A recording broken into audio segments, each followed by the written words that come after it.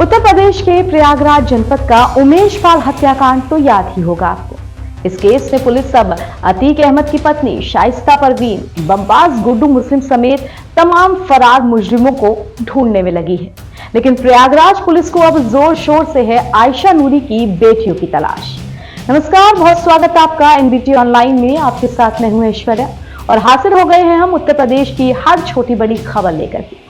अब आप पूछेंगे कि आयशा नूरी कौन और हम उसका जिक्र क्यों कर रहे हैं, तो चलिए आपको याद दिला देते हैं। आयशा नूरी जो कि अतीक अहमद के भाई अशरफ अहमद की पत्नी है और जिसकी बेटी के साथ अतीक के बेटे असद की सगाई हुई थी। यूं तो असद को पुलिस एनकाउंटर में पहले ही ढेर कर चुकी है, मगर इस केस से जुड़े कई सारे मुजरिम हैं जो अभी भी पुलिस की गिरफ्त से दूर हैं और पुलिस उनकी तलाश में दर दर की खाक छान रही है। ऐसे में पुलिस को तलाश है उन तमाम सबूतों की, उन बारीक कड़ियों को जोड़ने की। तो उमेश पाल और उसके 2 सरकारी सुरक्षा कर्मियों की हत्या मामले में अब आयशा नूरी की बेटियों पर शिकंजा कस रहा है। इसके लिए पुलिस तमाम साक्ष्य जुटाने में लगी हुई है। इस केस को लेकर के पुलिस का कहना है कि उमेश सहित 3 लोगों की हत्या करने के बाद बमबाज गुड्डू मुस्लिम जब छिपने के लिए मेरठ पहुंचा था तो वो सीधे आयशा नूरी के घर ही गया था।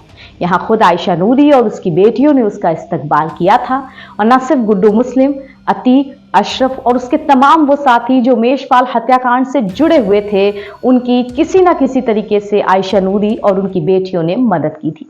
शुरुआती छानबीन में पुलिस को यह भी पता चला है कि आयशा की बेटियां फरारी के दौरान अतीक के बेटे की अप्रत्यक्ष रूप से मदद कर रही थी। अभियुक्तों के मोबाइल फोन, उनकी कॉल डिटेल्स जब खंगाली गई तो पुलिस के हाथ कई अहम सबूत मिले हैं और इन्हीं की बिना पर अब पुलिस आगे बढ़ने की कोशिश कर रही है। सूत्रों का दावा है कि हत्याकांड में आयशा लगातार फरार चल रही है और उसके साथ उसकी दोनों बेटियां भी फरार हैं।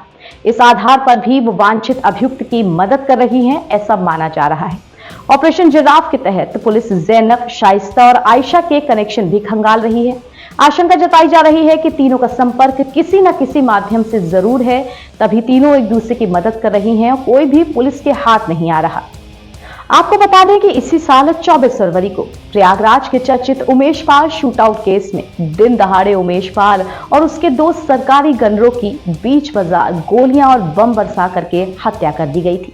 इस हत्याकांड के मुख्य आरोपी असद अहमद, उसके पिता अतीक अहमद, साथ ही खालिद अजीम उर्फ अशरफ की पहले ही मौत हो चुकी है।